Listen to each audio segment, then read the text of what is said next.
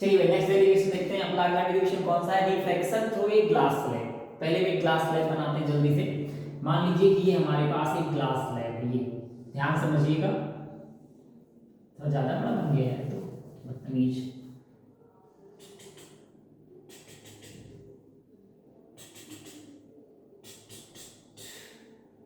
अब कट करो। देखो ये ग्लास स्लैब है, ठीक है। एक लाइट आई है, ये देखो, ये लाइट इंसिडेंट हुई है, ठीक। अब लाइट इंसिडेंट हुई तो ये नॉर्मल ड्रा होगा, नॉर्मल भी ड्रा हो गया। अब लाइट बेंड होगी, किधर बेंड होगी? नॉर्मल की तरफ, क्योंकि लाइट लेयर से डेंसर जा रही है तो ये बेंड हुई, थोड़ा सा बेंड होती है, जरा सा बेंड होके यहाँ आ गई, यहाँ फिर नॉर्मल ड्रा किया गया यहाँ। अब लाइट दूर भागेगी, क्योंकि लाइट डेंसर से लेयर जा रही है तो आगे फ्रॉम नॉर्मल हो जाएगी। पहले क्या होगी? नॉर्मल की तरफ झुकी, टूवर्ड्स नॉर्मल हुई, फिर क्या होगी? आगे फ्रॉम नॉर्मल होगी। तो ये एंगल कितना रखेंगे आप? ये वाला आई रख दीजिए आप, ये वाला एंगल आप कितना रखेंगे? आर रख दीजिए, ठीक है, R1 मान लीजिए इसको। अब ये वाला एंगल कितना रखेंगे आप? अगर इसको आपने आई माना था तो इस वाले एंगल को आप I1 मान सकते हैं, I1, ठीक है। ये एंगल कितना होगा आपका? ये होगा I2।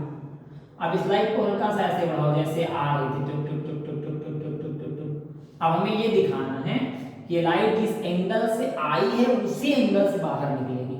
R2 को E भी बोलते हैं, E मतलब एंगल ऑफ इमर्जेंस। तो ये जो डिस्टेंस आई इसको बोलेंगे D, डिस्प्लेसमेंट मतलब लेटरल डिस्प्लेसमेंट। तो आपको दो डेरिवेशन प्रूव करने हैं। पहले तो आपको दिखाना है कि I E के इक्वल है, दूसरा आपको D का डेरिवेशन निकालना है। तो देखो क्या करेंगे हम, ये एंगल R1 है तो ये वाला एंगल जो है इसको हम मान लेंगे डेल, ध्यान देना, ठीक है। इस पॉइंट को हमने एक नाम दे दिया X। इस लाइन को चाहो तो और आगे बढ़ा लो ताकि ये परपेंडिकुलर शो करे, आगे आपको डेरिवेशन प्रूव करने में दिक्कत ना आए। एक परपेंडिकुलर लाइन हमने यहाँ से ऐसे ड्रा करी, ऐसे, ये था L, इसका नाम दे दिया M, इसका नाम दे दीजिए N, ठीक। इतनी सी बात है। अब इतनी एक बात और ध्यान से समझो, अगर ये R1 है, ये डेल है, तो यहाँ क्या था? I1, I1 is equal to क्या होगा? I1 इज इक्वल टू होगा डेल प्लस R1। यहाँ से डेल इज इक्वल टू क्या आएगा? डेल इज इक्वल टू आएगा I1 माइनस R1। ये ध्यान रखिए रहिएगा। अभी देखो ये I है, ये I1 है, इसके बराबर दोनों एंगल है तो ये हो जाएगा R1 प्लस डेल, ये इतनी वैल्यू आ गई, del is equal to I1 minus R। इतनी बात ध्यान रखना, शुरू करते हैं आगे। सबसे पहले तो हम ध्यान रखेंगे कि लाइट जब एयर से ग्लास जा रही थी तो हमारा स्नेल्स लॉ क्या बना था? स्नेल्स लॉ बना था sine I upon sine R1 is equal to A mu G. Check करिए, ये आई है, ये R1 है। R1 एंगल ऑफ रिफ्रैक्शन और आई एंगल ऑफ इंसिडेंस। फिर जब लाइट ग्लास स्लैब से निकल के बाहर आ रही थी, इधर से बाहर, तब एंगल ऑफ इंसिडेंस कितना था? I1, हमने लिख दिया sign I1। Angle of refraction कितना था? R2, हमने लिख दिया साइन R2। R2 को हम लोग E भी लिख सकते हैं और refractive index G mu A। Equation number first, equation number second, first multiply by second, क्या बनेगा ये? Sine I upon sine R1 into sine I1 upon sine R2 is equal to A mu G into G mu A, ठीक है। कुछ value हम change करेंगे, देखो क्या क्या चेंज करेंगे। R1 की जगह हम I1 लिख सकते हैं और G म्यू A की जगह 1 अपान A म्यू G लिख सकते हैं। देखिए क्यों? R1 और I1 दोनों एंगल ग्लास में बन रहे हैं, सेम मीडियम में बने हुए एंगल हमेशा सेम होते हैं। तो यहाँ पर क्या रखेंगे? और ऑलरेडी ये तो आपने प्रिंसिपल ऑफ रिवर्सिबिलिटी में पढ़ा ही है कि G mu A is equal to 1 upon A mu G या W mu A is equal to 1 upon A mu W। चलिए चेक करते हैं। साइन I को साइन N में देंगे हम लोग, साइन R1 को क्या लिखेंगे? साइन I1 और इनटू ऑलरेडी क्या लिखा है? साइन I1 अपान क्या लिखा है? Sine R2 is equal to A mu G को A म्यू G रहने दो और G म्यू A को क्या लिखोगे? 1 अपान A म्यू G। ये और ये कट गया, I1 से I1 कट गया, कितना आया sin I upon sin R2 is equal to 1। R2 को उधर भेज दोगे क्या बन जाएगा sin I is equal to sin R2 means angle I is equal to angle R2। चाहे ऐसे लिखो चाहे R2 और E दोनों एक ही बात है, तो angle I is equal to angle E। ये प्रूफ हो गया कि किसी भी ग्लास स्लैब पे जितने एंगल से लाइट इंसिडेंस होगी उतना ही एंगल बना के लाइट बाहर इमर्जेंस होगी, मतलब angle of incidence angle of emergence equal होगा। अब हमको लेटरल डिस्प्लेसमेंट के फॉर्म में डिराइव करना है, जल्दी इसको आप नोट कर लीजिए, फिर इसमें हम लोग लेटरल डिस्प्लेसमेंट डिराइव करते हैं। जल्दी बेटा, चलिए आई होप नोट हो गया होगा, कार्यक्रम शुरू करते हैं आगे का। देखिए भाई क्या आगे का, सबसे पहले हम डेल को मानेंगे। देखो डेल अगर एक एंगल है तो इसके सामने की लाइन क्या होगी परपेंडिकुलर होगी, और ये लाइन क्या होगी हाइपोटेनस होगी। नहीं समझ आया?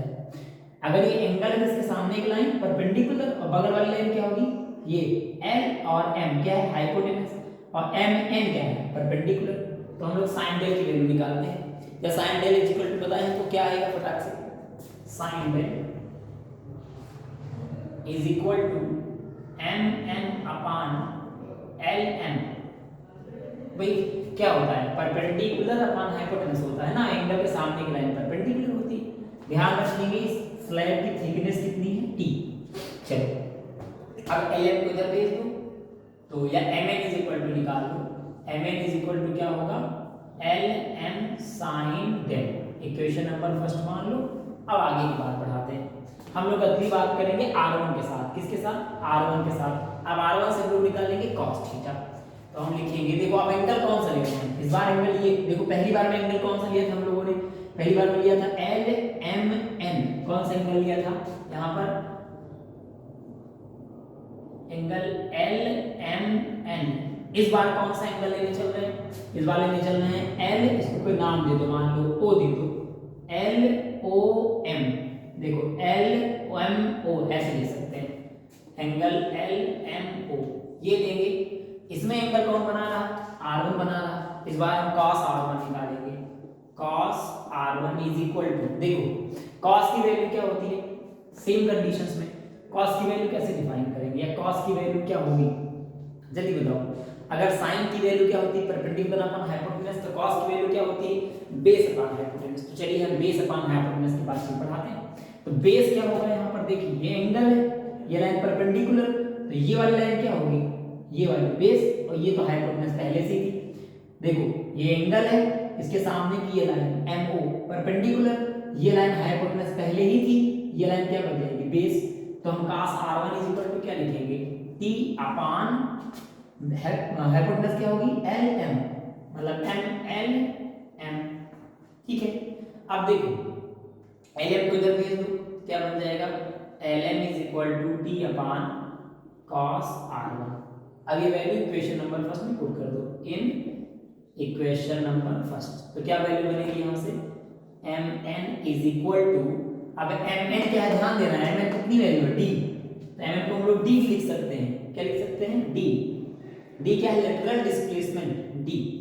अब LM की जगह T upon cos R1 into sine del पहले से लिखा है, आप चाहो तो ये वैल्यू लिख सकते हो।